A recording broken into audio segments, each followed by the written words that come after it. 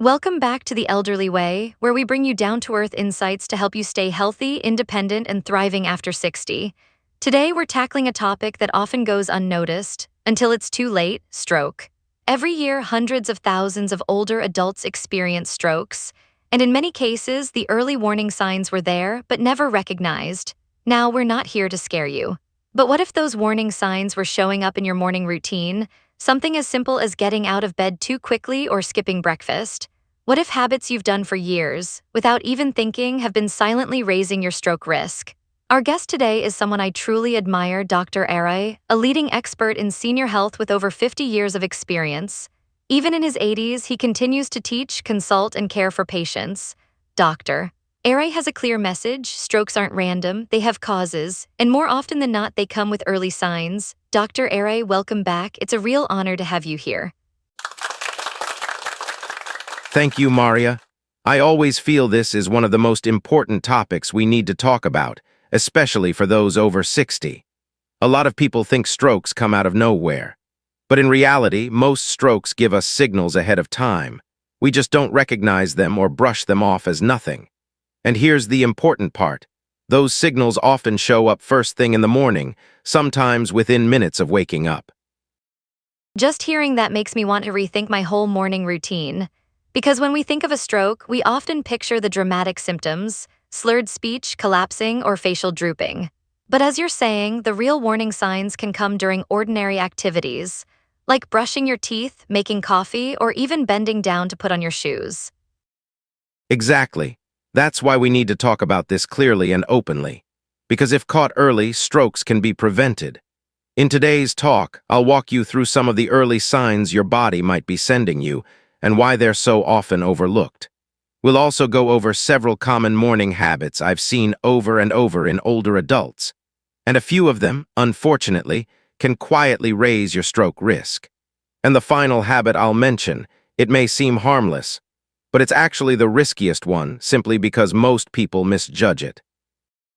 So if you're over 60, or you're caring for a parent or loved one in that age group, I really hope you'll stick with us through today's conversation. Because this isn't just about stroke prevention, it's about protecting your life. And sometimes, just one small change in your morning could make the difference between a normal day and a medical emergency.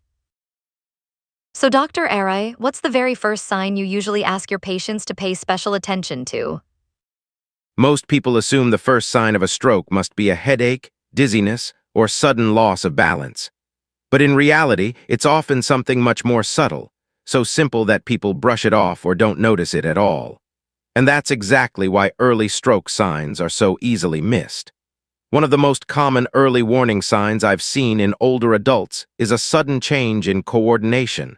Things that seem minor, but are actually the nervous system waving a red flag. For example, you reach for your toothbrush but your hand misses by a few inches. You bring a cup of tea to your mouth and spill a bit on the way. You try to button your shirt, but your fingers fumble and just don't work right. It's not that you've lost feeling. It's not even a clear tremor. It's just something feels off, and because these signs aren't painful or dramatic, they often go ignored. Many people just think they're tired, distracted, or that it's just age catching up with them. But in fact, these are early neurological signs, warning us that blood flow to the brain might be compromised. The brain controls every movement. So if your body starts reacting differently than usual, don't shrug it off. It may be your nervous system trying to get your attention. Have you ever had a patient come in because of symptoms like those? Yes, I remember one man clearly. He was 74, retired, used to work as an accountant. Very sharp, very organized. He didn't come in because he thought he was sick. He came in because of small changes in his daily routines. He said he'd been dropping his keys more often. His wife noticed he was taking longer to button his shirt and seemed a bit clumsy. They both thought maybe it was arthritis or just normal aging. I started asking more questions. And then he told me something that caught my attention. One morning, while writing a grocery list, he suddenly couldn't remember how to spell milk. Just a simple everyday word, no headache, no slurred speech, no vision problems. Just a few seconds of mental blankness. We ran an MRI and did some tests. The results showed he had experienced a transient ischemic attack, or TIA, what many call a mini stroke. It's essentially a warning sign that a full stroke could be coming soon. And here's the critical part. Within the first 48 hours after a TIA, the risk of a major stroke goes up dramatically. So we immediately adjusted his medications, changed his diet, started closely monitoring his blood pressure, and most importantly, made sure he stayed well hydrated. Because of that, he avoided a major stroke. All because we caught it early and took action right away. And that's the key, isn't it? Catching it early, even when the signs don't seem serious, can prevent something much worse. Exactly. A study published in Lancet Neurology showed that if patients receive treatment within 48 hours of a TIA, their risk of having a full-blown stroke can drop by over 80%. That's how urgent the situation is. And that's why I always encourage my patients. Don't ignore anything that feels unusual, even if it seems small. It's definitely serious, but it's also empowering to hear.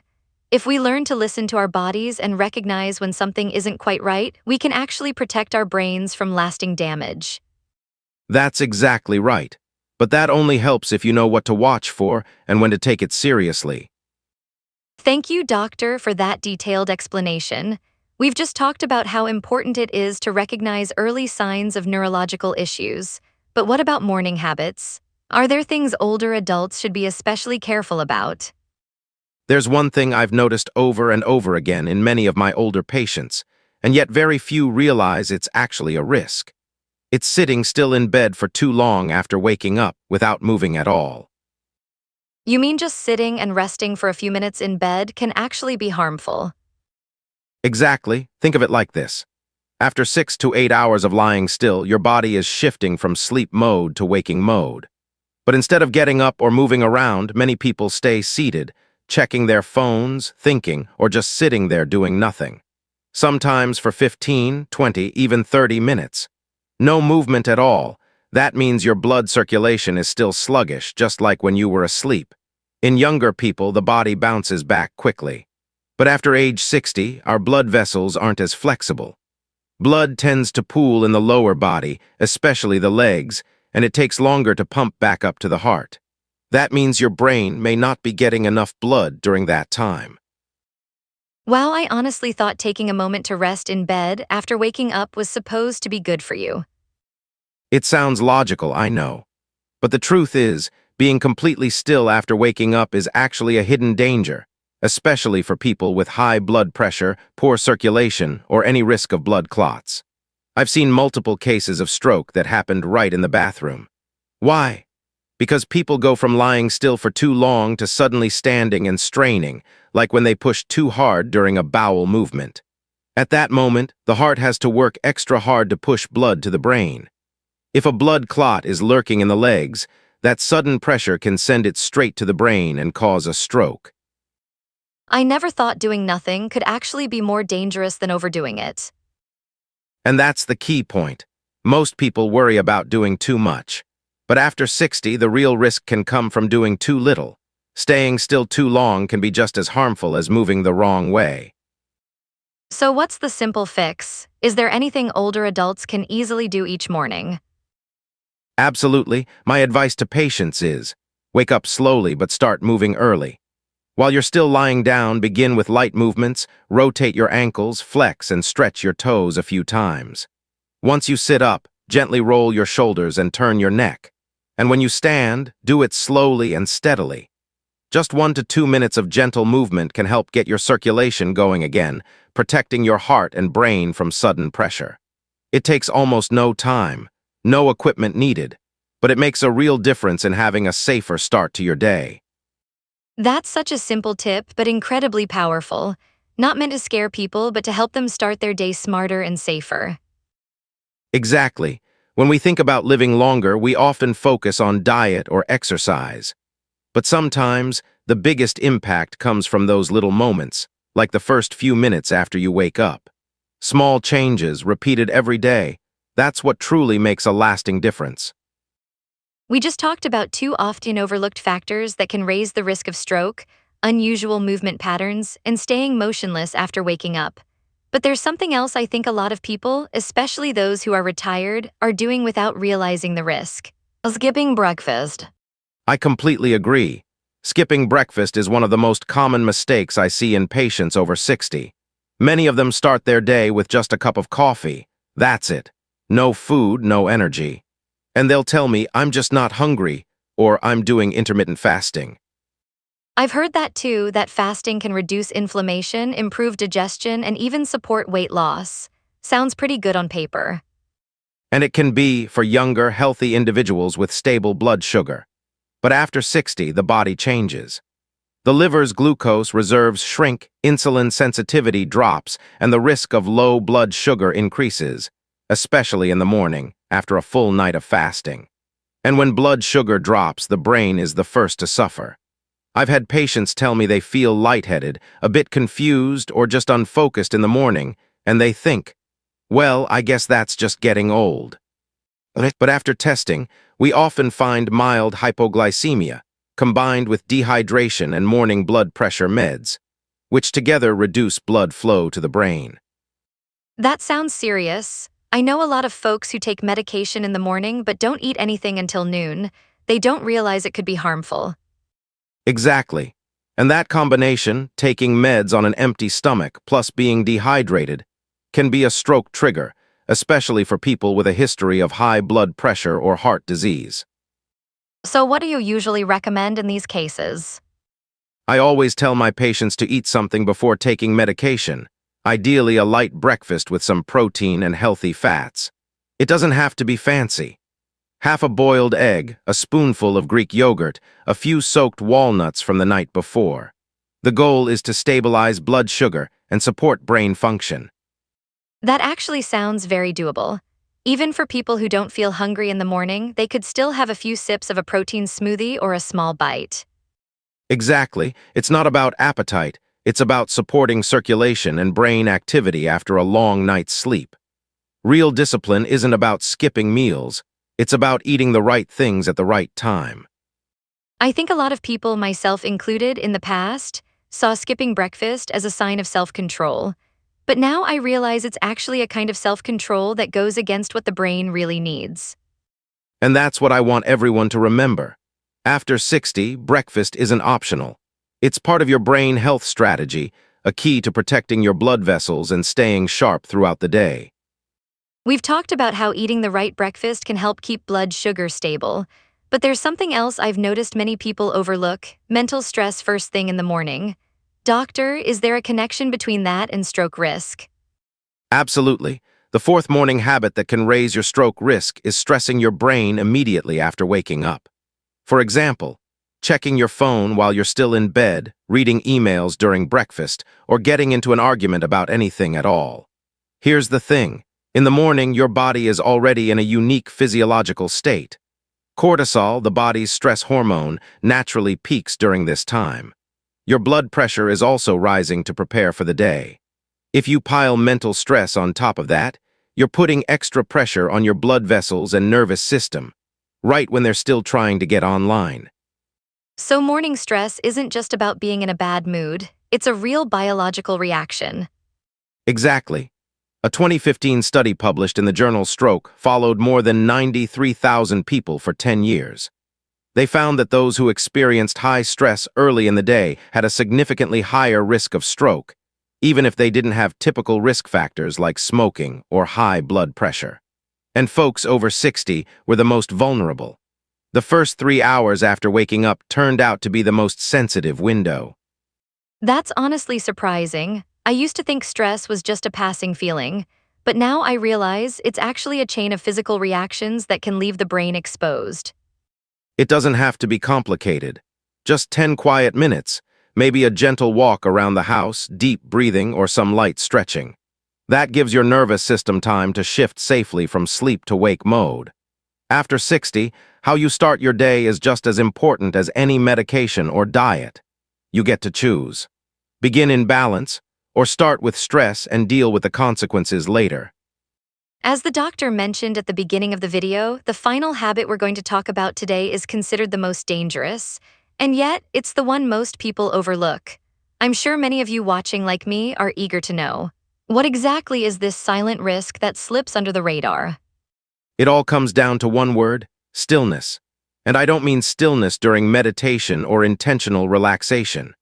I'm talking about sitting completely still for 1 to 2 hours, on the couch, in bed, at the breakfast table, without moving, without stretching, without getting your blood flowing. That actually sounds very familiar, especially for people who are retired. Wake up, make some coffee, read the newspaper, turn on the TV.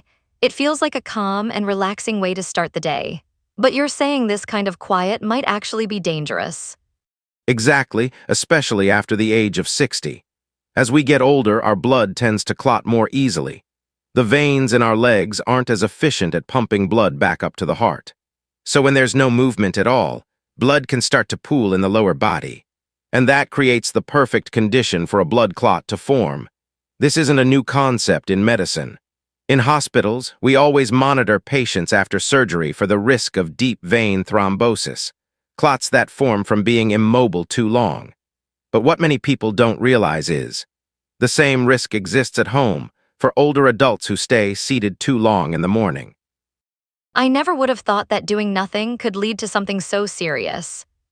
There was a study published in the journal Circulation that followed over 8,000 adults over age 60. It found that those who sat still for more than 9 hours a day had twice the risk of stroke, even if they exercised at other times during the day. So it's not just about how much we move, but when we move. If you start moving early, you stimulate circulation and signal to your body that the day has begun. But if you stay still, your body remains in a kind of rest mode, which slows circulation and opens the door to health risks. So the solution isn't about doing a long workout, but simply getting the blood flowing. That's right, no need for intense exercise. Just 5 to 10 minutes of light movement, walk around the house, roll your shoulders, stretch your arms overhead, check the mail, or stroll around the yard. The key is to start moving and get your blood circulating. When your brain gets good blood flow, you feel more alert. And when your brain is healthy, your whole body benefits. So we've just gone through 5 habits that might seem harmless, but could quietly increase your risk of stroke, especially after the age of 60. Thanks to Dr. Arai, we've learned that the warning signs don't come out of nowhere. They're often hidden in the most familiar parts of our morning routine. Whether you drink water when you wake up, whether you eat a proper breakfast, whether you move your body gently, or even whether you give your brain a chance to wake up, these small choices, repeated every single day, truly lay the foundation for longevity and mental clarity. Good health after 60 doesn't come from doing more. It comes from doing the right things at the right time based on what your body actually needs. You don't need to follow every new trend. Just pay attention because your body has been speaking to you all along. Your brain isn't asking for perfection. It's just asking you to show up every morning. If anything we talked about today gave you a moment of pause or made you reflect on your own habits, leave us a comment below. We'd love to hear your story, and your experience might just inspire someone else out there. And Dr. Arai, do you have any final thoughts for our audience? If you found this helpful, please subscribe and share The Elderly Way with someone you care about. Health is a journey no one should walk alone, and we're here to take it one step at a time together. Thank you, Dr. Arai, for your honest and insightful advice. And thank you to everyone who stayed with us all the way through, wishing you a bright morning and a healthy body from the inside out.